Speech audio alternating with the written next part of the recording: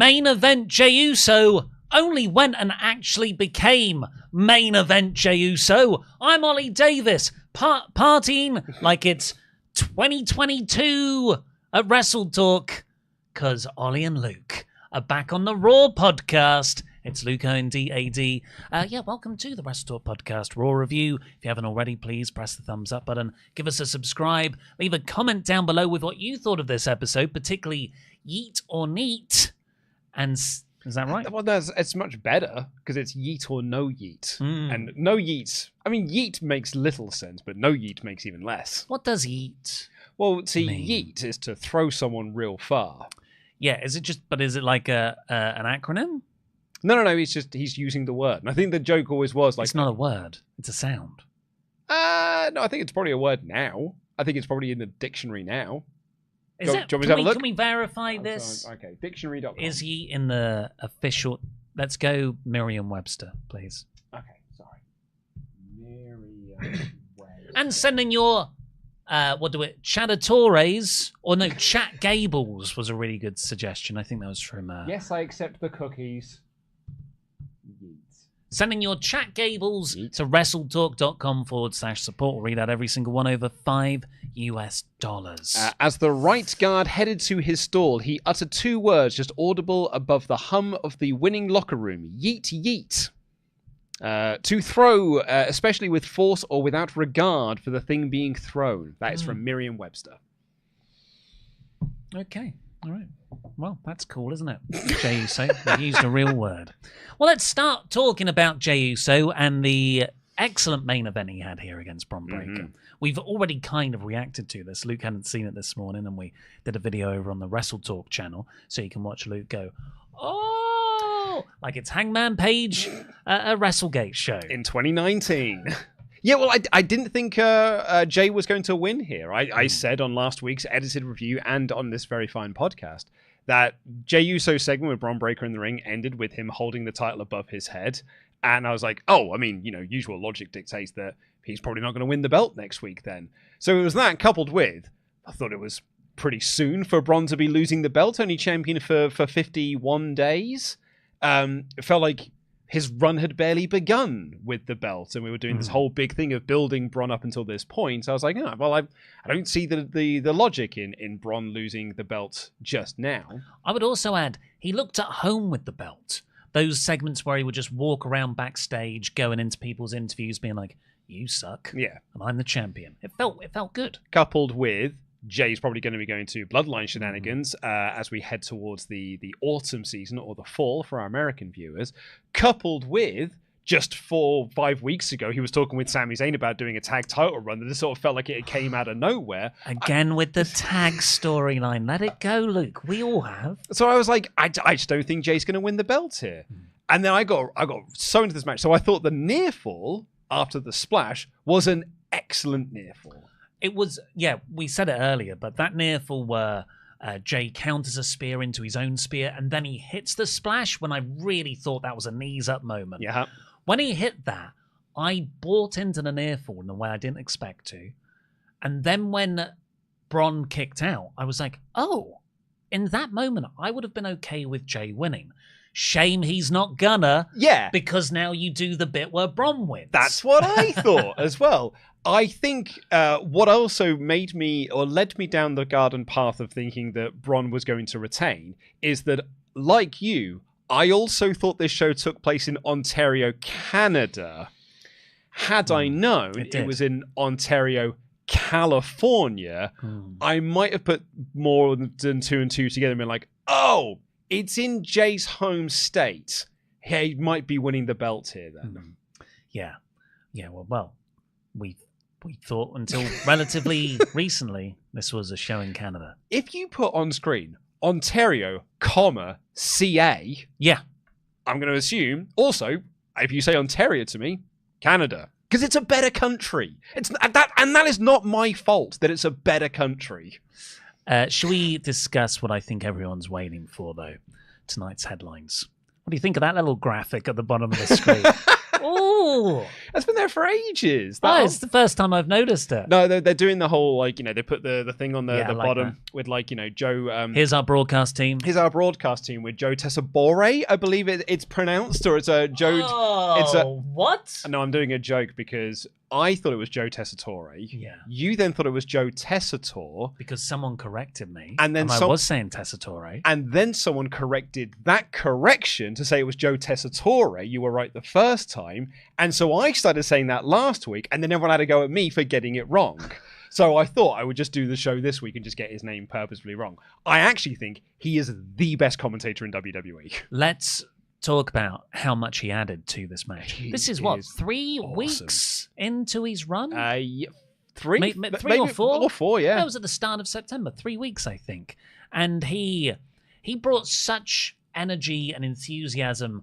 I felt actual passion from him. Yeah. In the way that you do for Cole from his best. And, you know, old JR. I think very different voices, but... Yeah. Yeah, really impressed. So great. And he was phenomenal in this match as well. Like him and Wade, like, you know, 3 weeks together are an excellent partnership. I mean, maybe that's just because Wade can bounce off anyone, but hey, the hot dog, they're real good together. So this match, really, what I really like. What was the main event last week? I was away. It was something Judgment Day, something.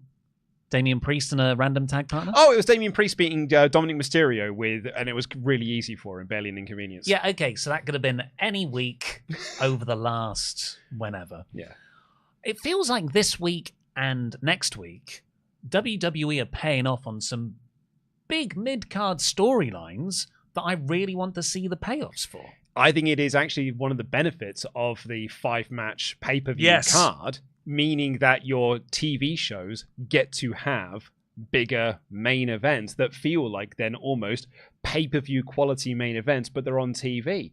When AEW were doing 4 pay-per-views a year, we used to talk about this a lot. They would often have like special episodes of Dynamite that had like a big time main event that feel like a pay-per-view. They don't do that now because they just, you know, they book week to it. They've just thrown all long-term out the window.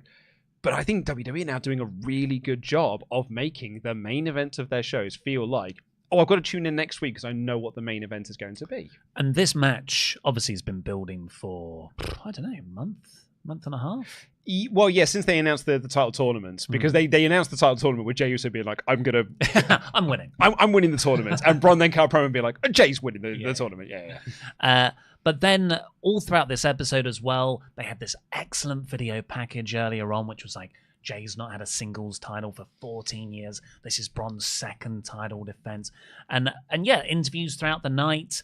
I even thought Bron, in his interview, looked cocky. He was underestimating Jey. Jey got a moment with Sami Zayn, who hyped him up. Really good history there, not just with Sami and Jey, but Sami in the Intercontinental title. And that tag run they were going to do. Exactly. Let the tag run go, man. And then, yeah, it plays into this story of Jay's experience and arguably a guy running out of time for attempts at singles gold. Yeah. And Bron, who's right at the start of his career, he's 26, he's just won the belt, but he lost it. He lost his first going for it against Sami Zayn, but then won the second and the third. Yeah. And yeah, they told that story expertly in the match through the physicality. Particularly within the finish itself, because the finishes we kind of talked about earlier is that Bron does his run around the ring spear, throws Jey back into the ring, goes to hit another spear, but Jey counters that with a spear of his own, hits the splash, gets the near fall. Bron is actually the first one up from that, and he's like annoyed that he got caught with this spear and splash. So he dumps Jey out of the ring, and just goes to do that spot again. It was like, well, it worked the first time. So, you know, you're playing like 2K24 and you just like, you just do the same moves over and over again. It was like, well, this worked last time. I'll just do the same thing again.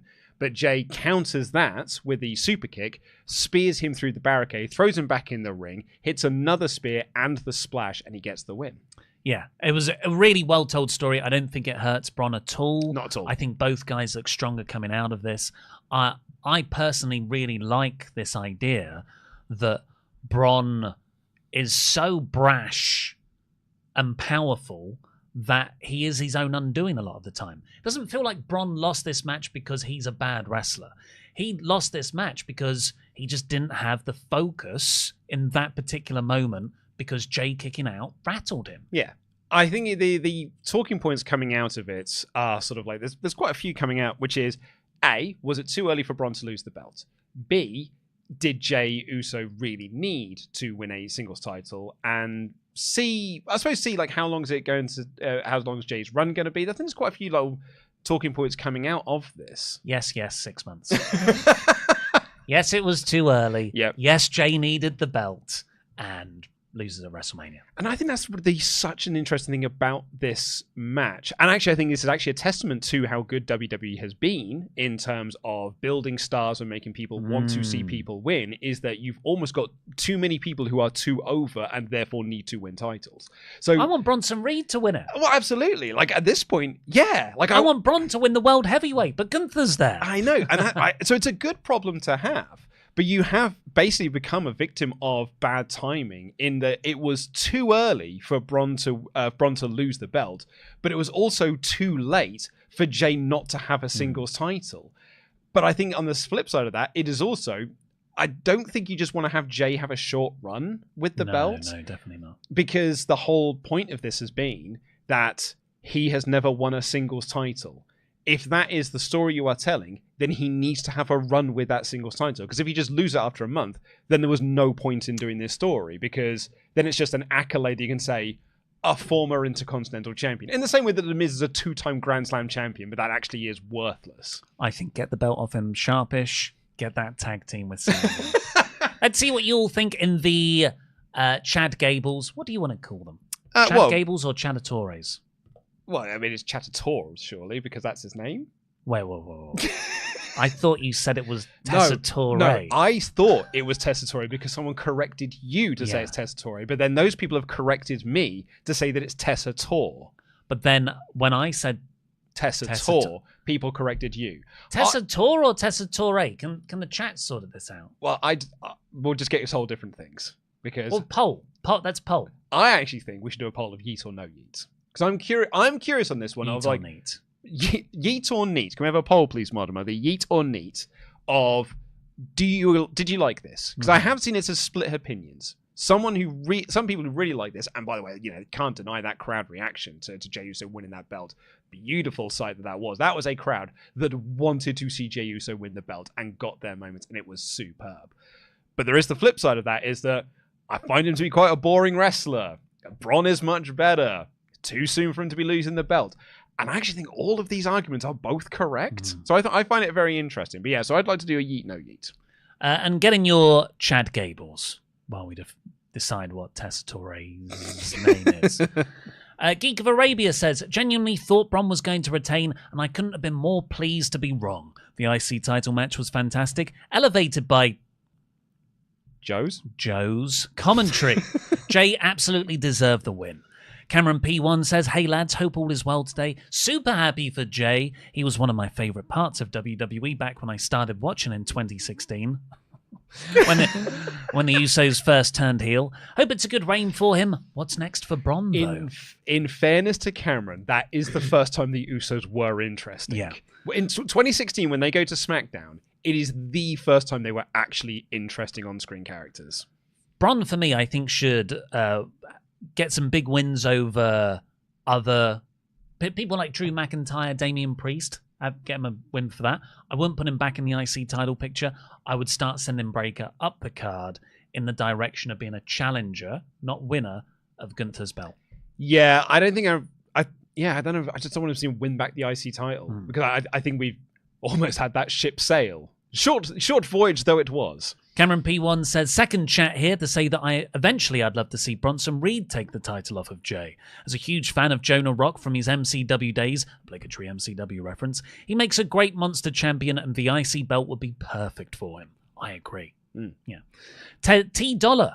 Morning, lads. Good show last night. With Jey winning, it made me wonder if we are really heading towards the OG bloodline reforming in time for War Games. Could be Roman, Cody, Randy, But that's not the OG bloodline.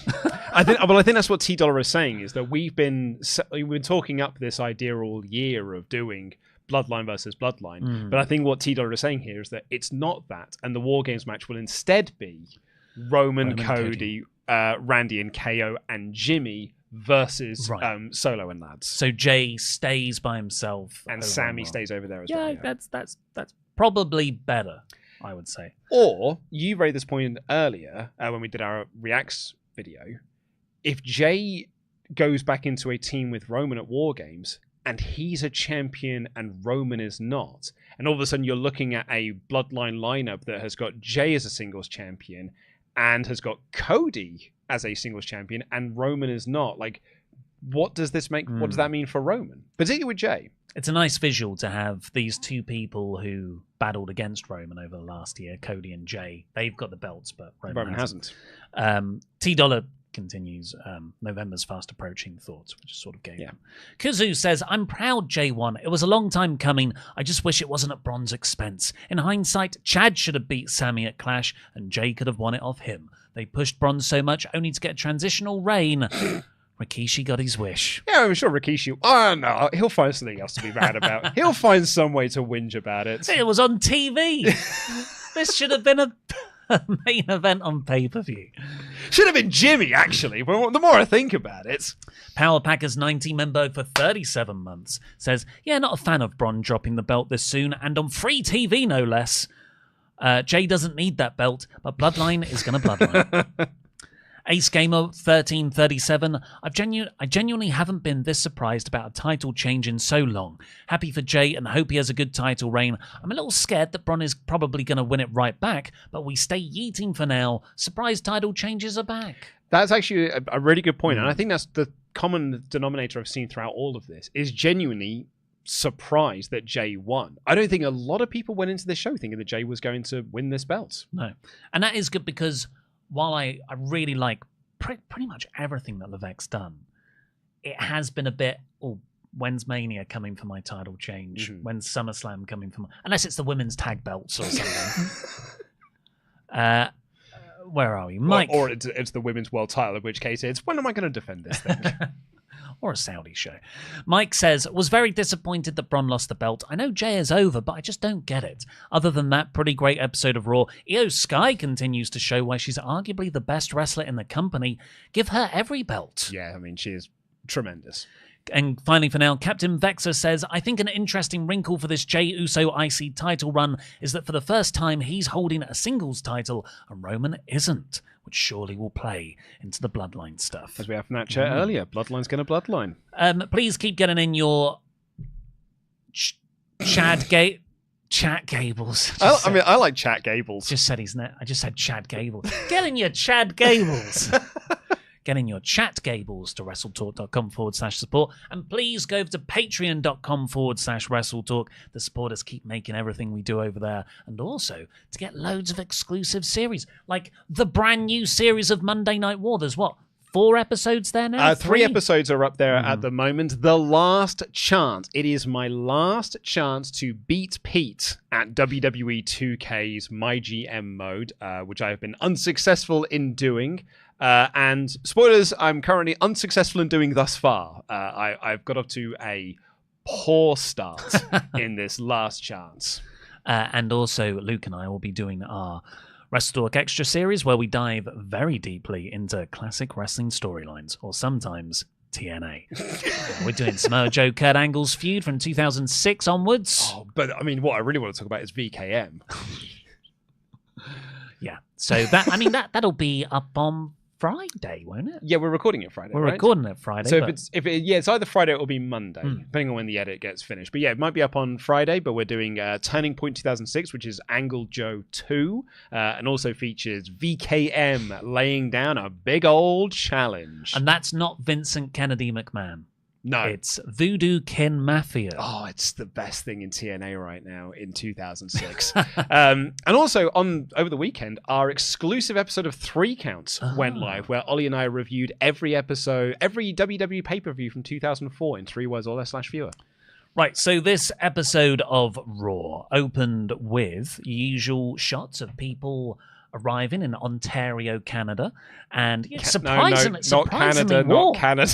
Looks weirdly warm. The t-shirts and They're all talking about going to California Adventure, and I don't know why. Are they going to go? Must be unseasonable climate change, I guess. Because also WWE are quite good at the moment of telling you where they're going next. You know, they'll be like, oh, in 2 weeks' time in Ontario, CA, this is going to be the main event. When that happened, they'd just done a show in Canada, and I was like, hang on, did you do a show in Canada? Flew back to the US to do a show in the US, and I'm flying back to Canada. Poor management, WWE. You really should have thought that one through. So Breakker's arriving, someone else arrives, and then Liv and Dom arrive in the old Eddie Guerrero Luchador Lowrider. In the Lucha Lowrider. Which is available now at Mattel.com. I mean, I want one. I can't remember the last time WWE has been cool enough to make me want to buy a toy. A toy car. But then they're coming in, they get out the car, they're walking in, and out of nowhere, roar! Braun Strowman and Bronson Reed crash through a merchandise table at the side. Don't know why that's there, because it is kind of like the backstage area. Yeah. Not going to sell many bits of merch. Probably there. not, no. Well, unless you're selling it to the boys. All right, Earl. Earl and Brian Hebner are just there. But yeah, it was just like that was the first of many night-long narrative threads, and this one was Bronson and Braun are in a kaiju war. I like to think that they have just been doing this from the last location they were in. They haven't gotten a plane. They've just been battling across cities, across Canada, and then back to the US. So Dom and Liv walk straight out and they cut a promo. Liv introduced her own video package, recapping Damian Priest's beatdown. I haven't watched last week's. I was on holiday. I know exactly everything that happened last week. Mm-hmm.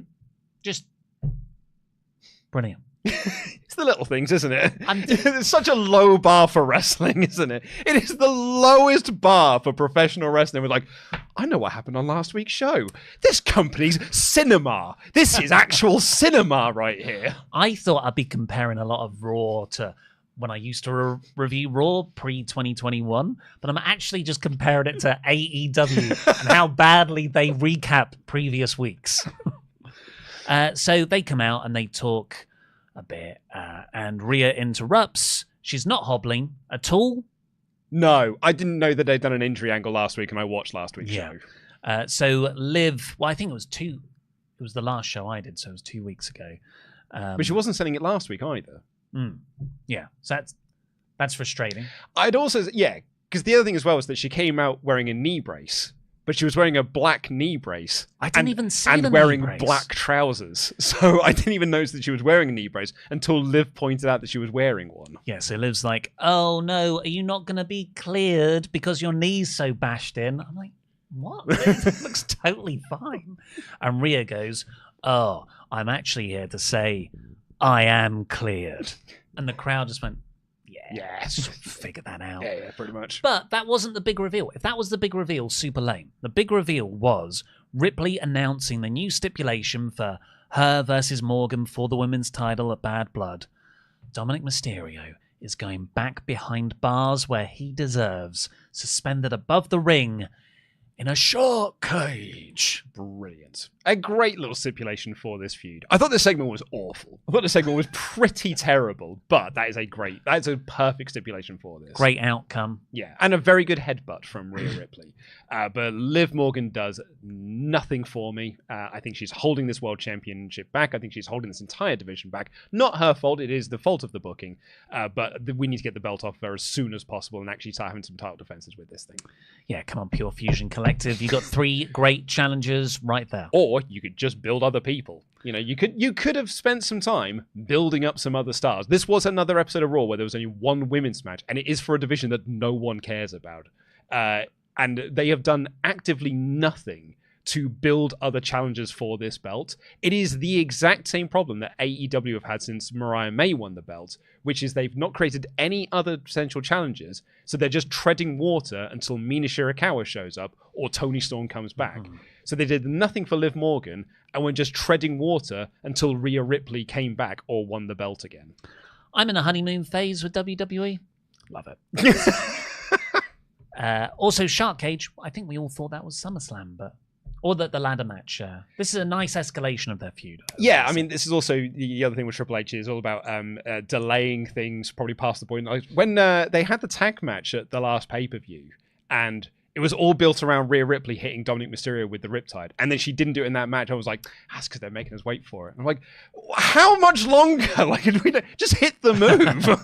Do you think this is Dom dropping a weapon, hopefully to live, but Rhea gets it, which is usually what happens, or grease that body up to slide out? So actually, just going to get the grease from his mustache and his mullet to get through.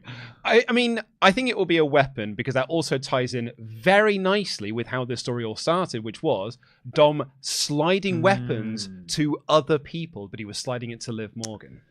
Sami Zayn, huge reaction from the Canadian crowd next against Ludwig Kaiser. This was to build up Sami for this title shot against Gunther that Gunther doesn't want to give him. I thought this was a really good back and forth match. Actually, I say back and forth. I feel like Kaiser slightly dominated, like maybe 60-40, but that only helped elevate Kaiser by the end of it, even in defeat, because he sort of undid himself with cheating and bits like that.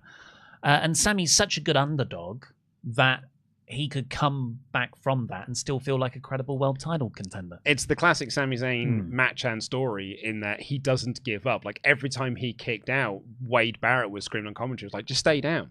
You know, like, and so that's the story they told it. So Ludwig Kaiser did dominate this match. I think it was actually more 80-20. Like this was all Kaiser. But that's the purpose of the match, is to make Sami the underdog guy that does not give up. He's the guy with the biggest heart in all of wrestling. That Timekeepers area gets a lot of action. Probably gets more action than some parts of the canvas. Yeah.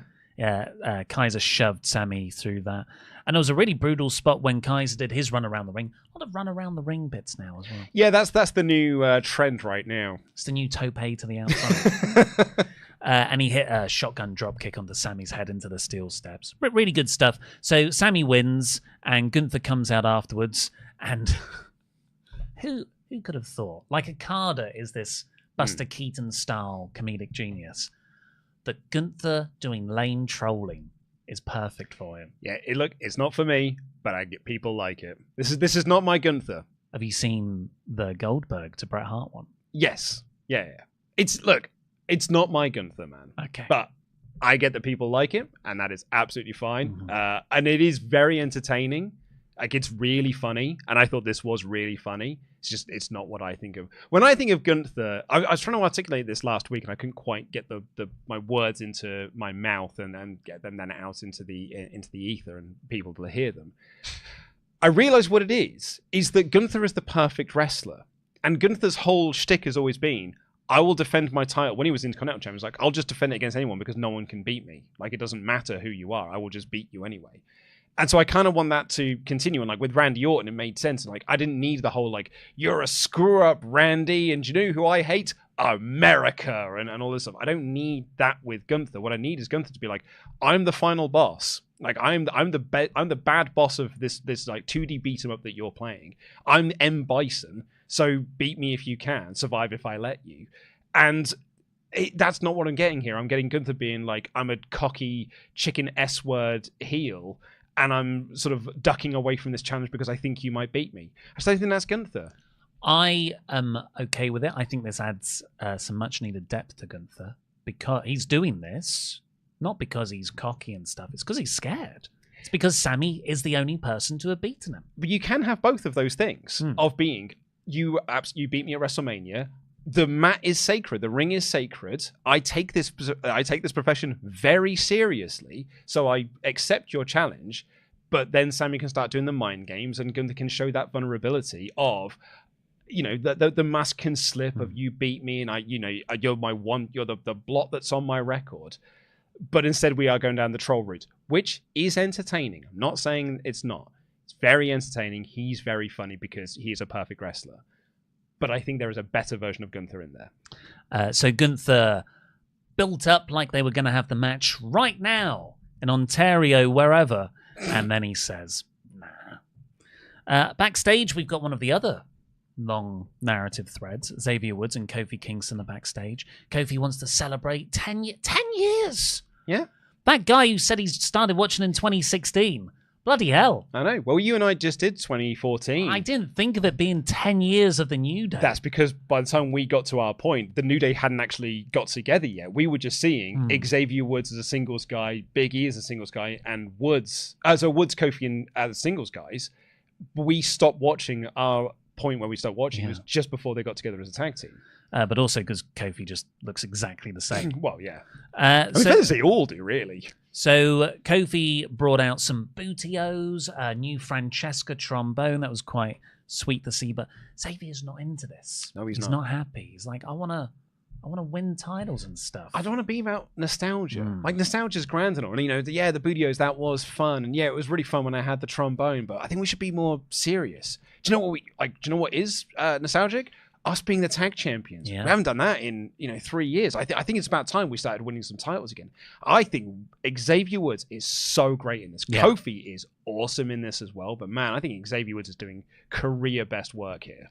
American Made walk in. these chocks. And they call them has-beens, and this sets up New Day versus the Creeds later on. I love Brutus Creed so much. Who is basically big Chad Gable. Yeah. It's awesome. Like, He's definitely my favorite of the two. Yeah, Brutus and Julius look like Chad Gable has been split. His two sides of his personality have been split into two different wrestlers. Stretched up. And in one case, stretched outwards as well. It's so entertaining. And then, like, they make the match, and Xavier Woods is like hugging Woods and distracting him. And a stagehand walks up with a load of pancakes, and Kobe's like, no, get away. Adam Pearce is backstage. Dom and Liv are trying to get out of the shark cage stip. He says it's going to happen.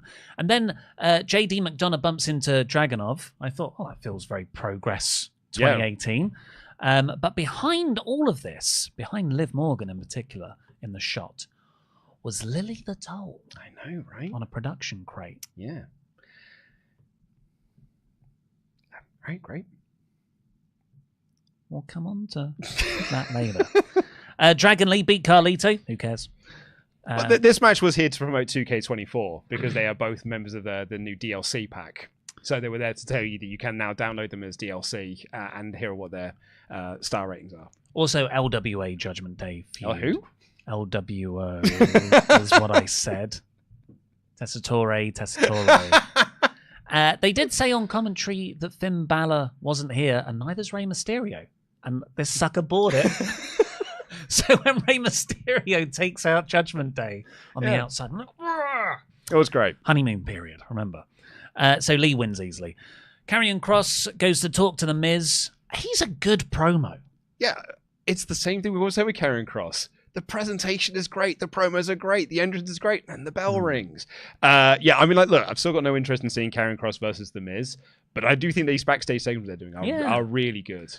He says he wants Miz to be like, Miz is like, what's your angle, man? You know, like, he's not, none of these characters are now written dumbly, that they are saying, they're bringing up story points that you would have as a viewer. Absolutely. Miz is like, why are you doing this? What's your angle? And Kross goes, I want you to be the best you can be. You go and beat Bronson Reed, because monsters come in all shapes and sizes. He's talking about him. Awesome. And Miz is like, yeah, they do. But Karrion Kross, he's the monster. Did you get? I think I might have done. The thing with the Final Testament is, much like Pure Fusion Collective later on, have never won a match. So it is kind of hard to be like, yeah, I'm this brilliant mastermind. I'm like, are you though? Because you lose all the time. They show some Netflix executives or something in the front row. I think they've got a big documentary out this Wednesday. They didn't mention it, like. I was looking at all these people. I was like, what did they say the name? Is this the cast of a show? Just some Netflix people. They were Netflix executives, I think they were, to show them, like, hey, look, we're an okay company. Well, honestly, everything is fine around here. Everything is great. Sheamus has an interview. He gets a cool him Butch chant going. I think the crowd were a bit generous there and partaking in that. And then he said, let's not make this an English versus Irish thing, but let's make this an English versus Irish thing. Yeah. With Pete Dunne, of course.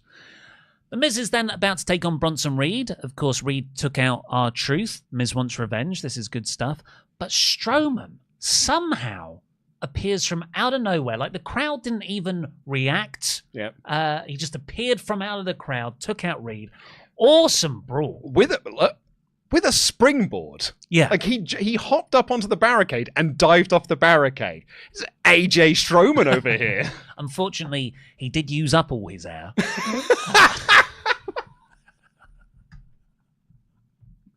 Because he tried to do, I guess, a shotgun drop kick. Yeah. And it just looked like falling backwards. And his feet barely left the ground later on. This is 10 out of 10 no notes material. It was awesome. Honestly, I know you haven't seen last week's show. The angle they did on last week's show was awesome. What was it? So they were supposed to have a match, but the match didn't start. Bronson Reed charges at Braun. Braun moves out of the way, so Bronson Reed crashes into the top rope, and the top rope just falls and collapses. I did read this, yeah. And then they brawl to the back, and then they fell through a wall. It was so good. Awesome.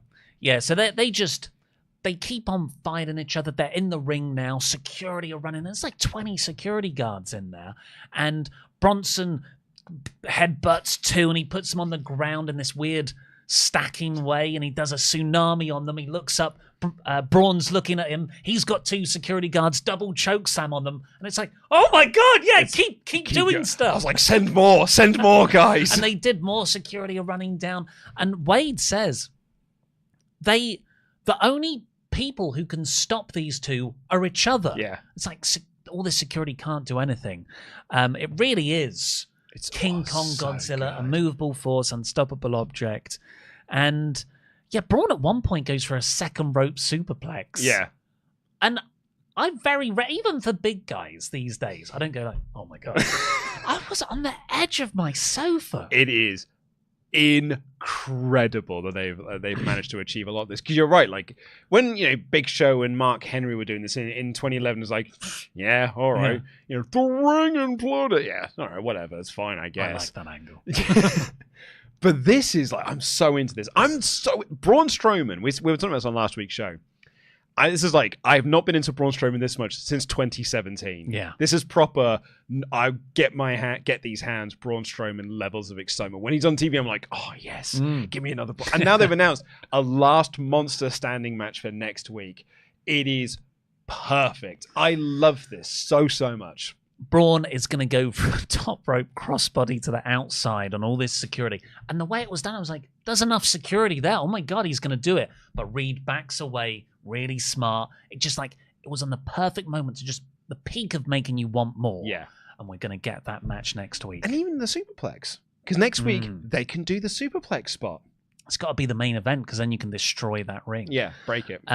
Later on, they do officially confirm the match for next week. And they have... I thought of you right away. Do you want to describe it? So it is. If I've got this around the right way, it's Bronson's in the city and Braun's in the... Bronson's in the sea. So Bronson's in the sea, Braun's in the city. And Braun is just walking through a city, smashing buildings left and right. And it cuts to Bronson Reed, who is walking out of the sea. It's a kaiju movie. This is Godzilla versus Space Godzilla. This is Godzilla versus, what's another good city-based one? Versus a Destroyer. Yeah. And they're just walking, and it's so cool. Can't wait. Alvarez says it's the mid-card feud of the year. It's the one I'm most into at the moment. We got a Drew McIntyre promo, short and sweet. He says that he doesn't want to do this Hell in a Cell match. Punk's family don't want him to do it, but it's going to happen. He's going to break him.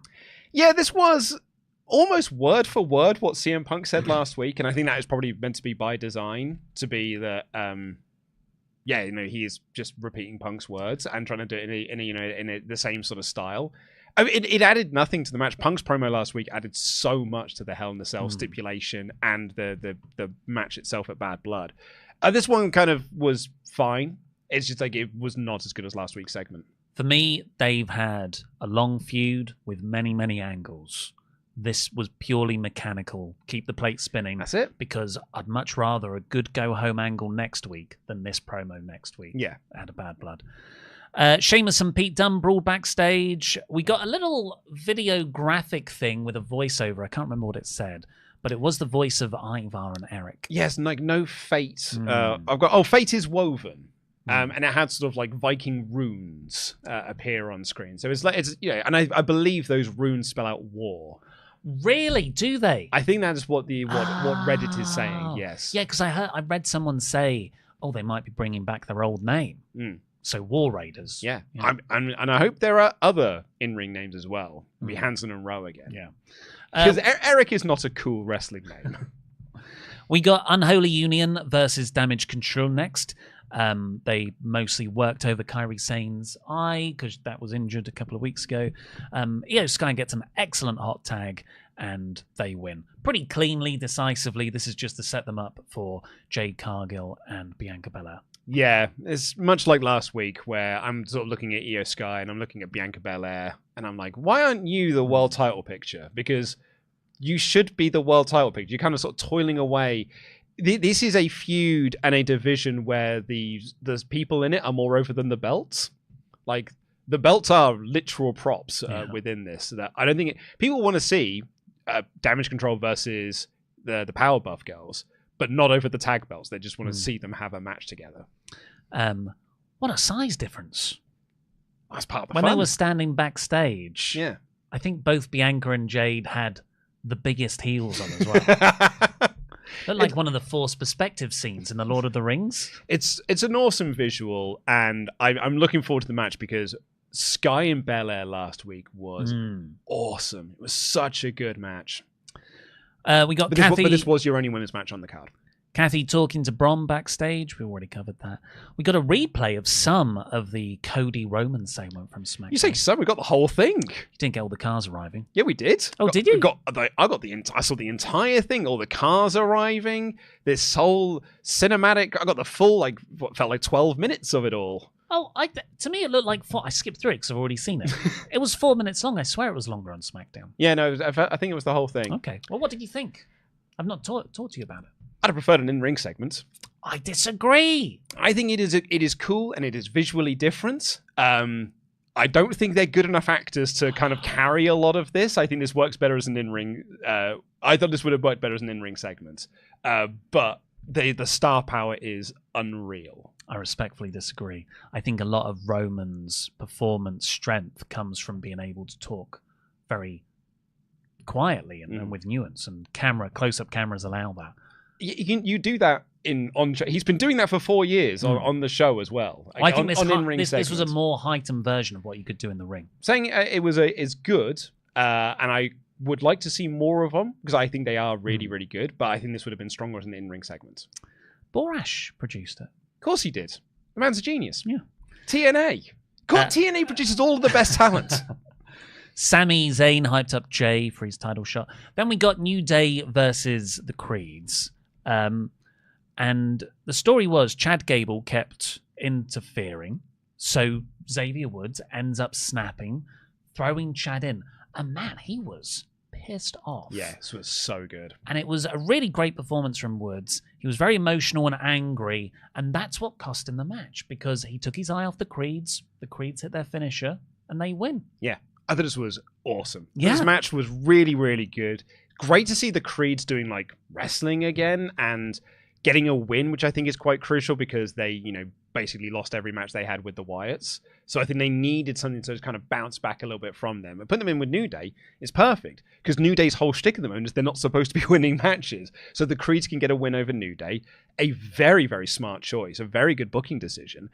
And I thought the match was so good. Really, really good match. I mean, this referee needs to be fired because the referee did a terrible job of officiating this. Chad Gable constantly interfering. This referee's like, hey, now, you need to pack that in, young man. No, eject him from ringside. Do your job, ref. But I thought Woods was great in this because he's, much like it always is, he's in his own way, but is finding someone else to blame. So, it's Kofi Kingston not telling him the plan. It's the LWO getting involved last week. It's Chad Gable interfering. He's the common denominator. He's the CM Punk. Sorry, the common denominator in all of this. He's his own worst enemy. My favorite bit, other than Woods' performance here, was Chad outside as Brutus is posing, going, "American muscle, baby!" You don't get that anywhere else. So good. Great match. A video package, highly produced, of Damian Priest talking about Finn Balor, about how he is his brother's keeper, but he is not brothers with Finn anymore. It was good promo. Great. He's a very, very good promo. I've said it before and I'll say it time again. This babyface turn has done wonders for Damian Priest. We got a Wyatt 6 video package after that. It's the usual cryptic phrases.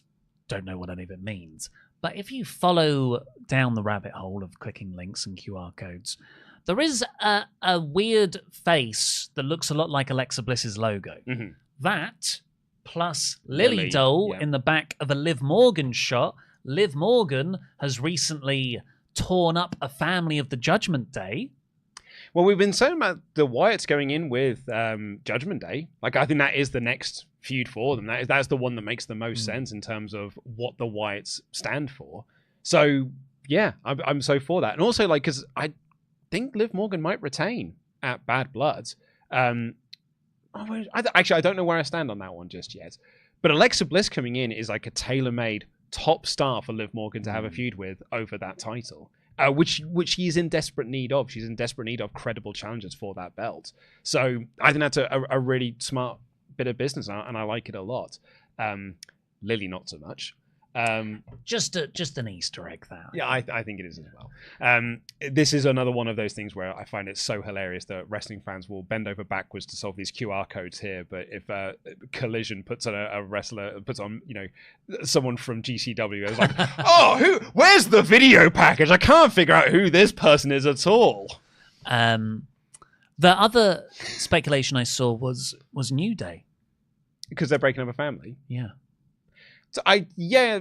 Well, it was actually, there was some date that people found in the Easter eggs, and that is the date of a Raw episode where the Wyatts confront the New Day.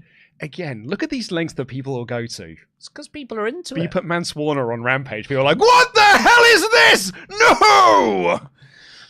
Pure Fusion Collective had a video package. They say they're the future of the women's division.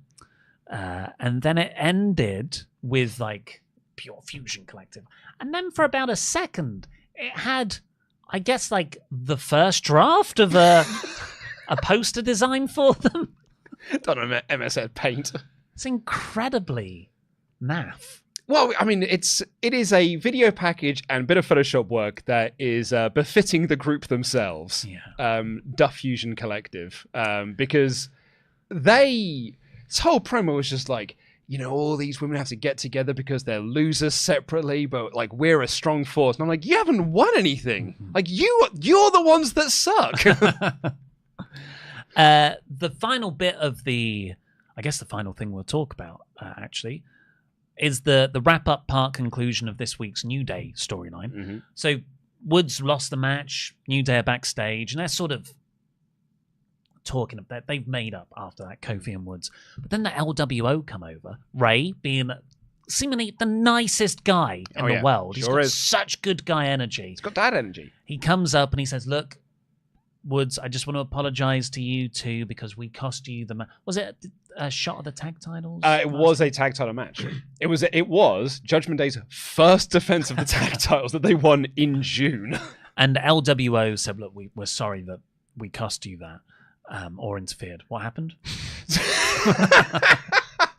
Remember how the show's really good at recapping what happened? It did most. So last week, Kofi Woods approached the Judgment Day and said, approached the Terror Twins and said, don't get involved in our match with the Judgment Day. I know you got beef with them, but don't get involved. I want to handle this with just New Day. But Kofi had agreed with the LWO to run down and stop Judgment Day interference. Kofi. So the LWO ran down. Kofi got distracted by that. It led to Woods getting a visual pin on JD McDonough, but Kofi was brawling with Judgment down the outside like Carlito, and therefore the referee missed the pin. Very good. Very good booking, it sounds like. Oh, honestly, this is so good. So Woods, though, does not accept Ray's apology. He's super bitter about it. He snaps at Ray, who's just been the loveliest guy here, and says, this is unsolicited advice. You should be giving that to your son. And Ray's like, well, I don't need this. Got a match against Finn Balor in 2 weeks' time. And Woods is like, in 2 weeks' time? Like, You can't talk to me more. Well, his point was like, oh, so he's more important because he's a former world champion, yeah. whereas I've never won a singles title in this company. So you think that I'm more important. And that was his problem he had last week. So when he blew up at Kofi, Woods says to him, like, we used to just do this on our own. And Kofi says, yeah, but we had Big E then. Now it's just me and you. And so it was like, oh, so I'm not enough. Because I've never won a world title. I'm not enough for you. And it's it's the same thing here. It's just like, oh, because I've never won a world title and Finn Balor has, he's more important than I am. Well, how about we have a match next week? So it's going to be Ray versus Woods next week. It's great. So the 10-year anniversary is in November. What do you do there? Obviously, Big E comes back. Capiche. He comes in, but does Woods turn heel? No, I think this group reunites and then they get back on the same page. I think this is all for the return of Big E.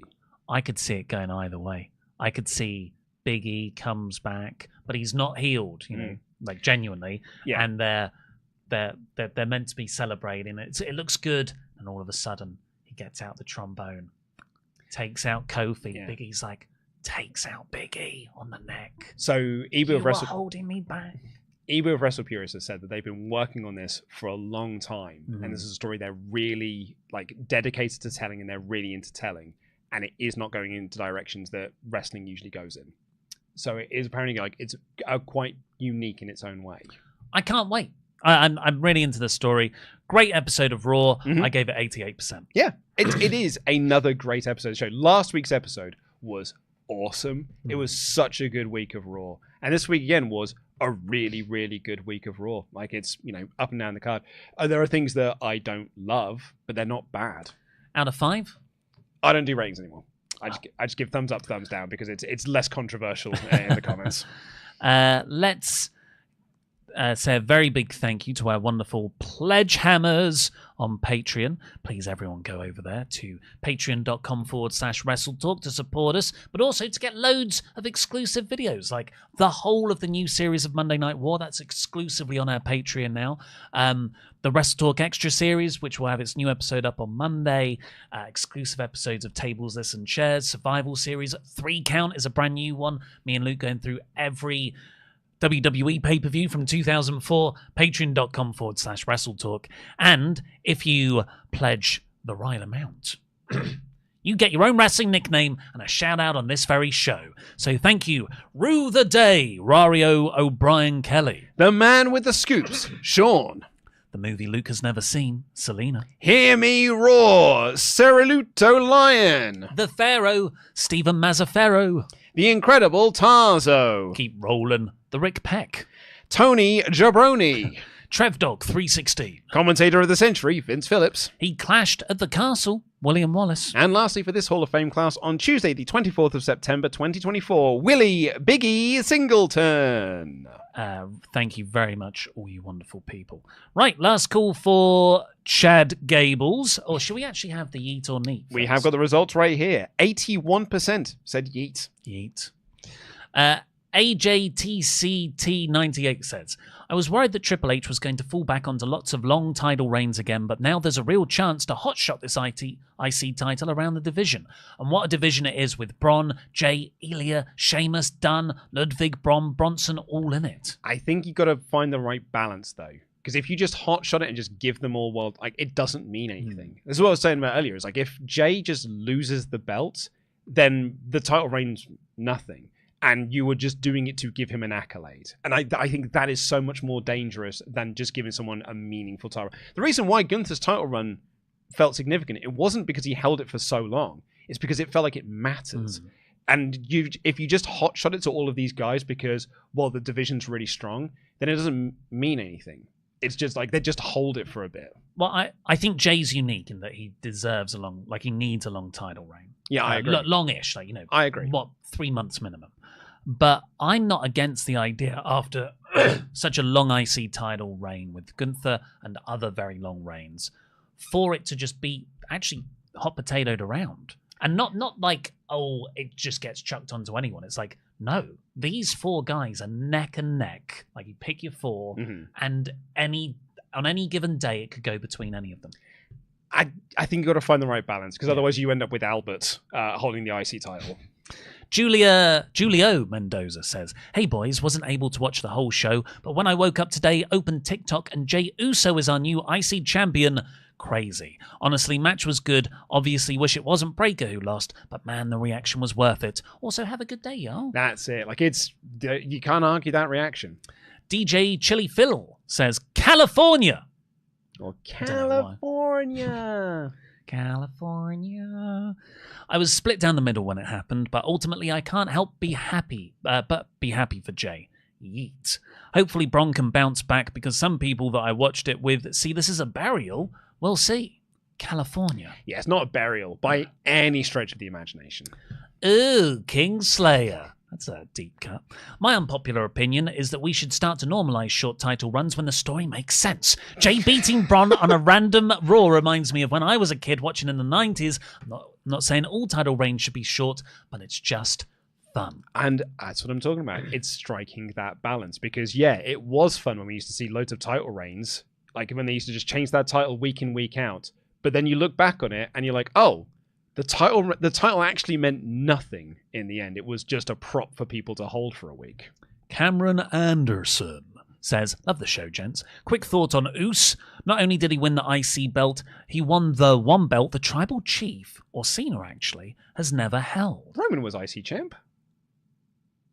I've got a very vivid... Yeah, he was definitely the IC champion. Netflix storyline. Added bloodline tension for War Games. Let's have it all. Happy birthday, Chopper. Happy birthday, Chopper, wherever you are. Geek of Arabia says, "Damn good show. Gunther once more proving to be the perfect wrestler with his heel work. The slow fracture of the New Day is beautifully tragic. I thought Strowman was actually going to do a top rope dive. That would have been terrifying. I love it." Wait till next week. Because he'll do one next week. Heiko, really fun episode. Immediately thought of Luke when the brawl was just continuing at the top of the show. Favourite small non-cryptic detail, Dom saying, "That wasn't me, that was Tom to Pierce. I kissed the 3 chefs." Yeah, that was a fun line. Mm-hmm. Kevin, PFC saying that other groups are failures and they're the foundation of the women's division. At this point, WWE is actively trying to make them look like idiots. Good episode, though. I still love the New Day stuff and the Reed tri-monthly 3-week push. Still going. When does it stop being a 3-week push? I think at this point it's actually... Well, we'll see what happens after the Strowman match. Because if there's no follow-up to the Strowman match, then there it was. There was a bit of a COVID thing that might have elongated it as well. Jonathan Hedman, Memberg for 37 months in a row. "Hi guys, I honestly was hoping Braun and Reed would fight in the big blue cage. How terrifying would that tag team be? Also, I suggest Yeet Talks." I would love them as a tag team. I would like them as a tag team. Them at the end of this, just shaking each other's hand, be like, "We're better together." And much like it was Godzilla versus Kong, and then became Godzilla X Kong.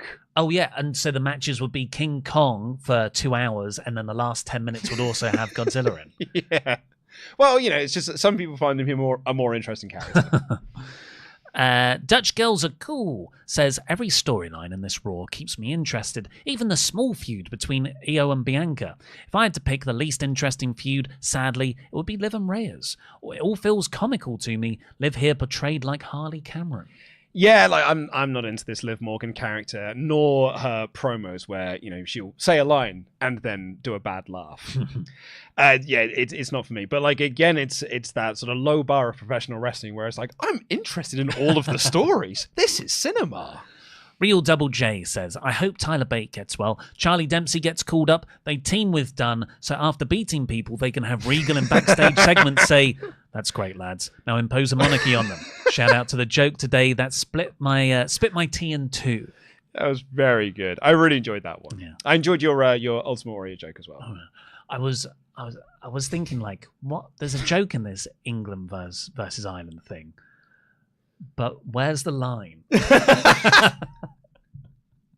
I didn't want to say anything too much. I thought, the monarchy's a joke. Homer Star says, "What are your thoughts on Motor City Machine Guns going to NXT? Personally, I feel like them being in NXT is a waste of time, and they should just go straight to the main roster and bring some talent to a pretty dead tag division." Well, the Lucha Bros will be heading there eventually. War Raiders or War Machine potentially like being back in there. So yeah, I mean, like Motor City Machine Guns it's probably good for them to go down and work with some younger talent and impart some of their knowledge upon them. It is still developmental, but it's not like NXT is 2.0 anymore. It feels like NXT of old, where you would take a great tag team from the independent scene and put them down in NXT. I wouldn't be surprised if the Machine Guns are just always on NXT and they never get called up. I agree. They're just there as a veteran team, established act to get ratings. Yeah. Well, and develop the younger tag teams. Yeah, and I think that is a very, very good use of them. Billy, when did you sign onto the writing team at WWE? So many of your suggestions are appearing, even the title of Last Monster Standing. That, or is Pierce getting lazy? Yeah, that was a Tempest call. It's a great title. Kevin says, my 3-count predictions for Bad Blood. Damien, send McDonough flying. Finn, please win something. Gunther, hell of a kick out. Haluva kick out. Haluva kick out. Oh, yeah, of course. Sami, choke out loss. Okay, yeah. Liv, please move on. Lyra, next Liv feud. Rhea actually wins title. Tiffany cashes on Rhea. Oh, and then she and Nia almost rule the brand separately. That's almost too soon for me. I'm liking the Tiffany, me too, Nia Jax tension. And the story you are telling is her potentially, eventually cashing in on Nia Jax. So I think you want to just keep her with Jax there. The Black Prince says, hi guys, much love to you all. Thank you very much. And to you. Tony America has gifted 5 Membergs, and he's become a Memberg himself. Thank you, Tony America. That sounds like a stock name for a wrestling character in a video game. There's that lad I did on that Chaotic Neutral one-shot we did. And finally for now, Kazoo says, as interesting as it would be to have Jey as champion, a Roman with no title, I'm kind of tired of factions having monopoly over titles. Bloodline had their titles for 3.5 years and they're still involved. Taking another title from another brand is no. Yeah, well, I think I said this on reaction once. The worry is that the IC title then just gets sort of lost within this Bloodline faction, which is actually more about faction versus faction than it is about people going for the IC title. I hope that is not the case because I think they've done a really good job with making this belt feel important. So I'd like for them to continue that. Those are all of our chats. Luke, please checketh thy poll, as it's written here by our moderators. I will end this poll, and we have a thumbs up of 86%. I said 88. You did. I am so in line. I'm a basic bitch right now. I'd also say as well, that is again, because last week's was in the 80s. And I was like, that's a 90-plus episode if ever I've seen one. So I am again surprised this is within the mid-80s. It's hard to crack 90. I don't know, man. Raw was cracking 90 3 months ago on a consistent basis. It was like every episode was in 92, 93. I'm surprised because I think these are better shows now. Please do go over to patreon.com/WrestleTalk. That's the best way to support us here, and you get loads more of this, your favourite stuff. It's just behind a paywall. So go over there. From $2 a month, you can help support us. And also, if you pay a bit more, you get extra shows, which are exclusive just to you. But for now, I've been Ollie Davis. This has been Luke Owen, DAD. Jam.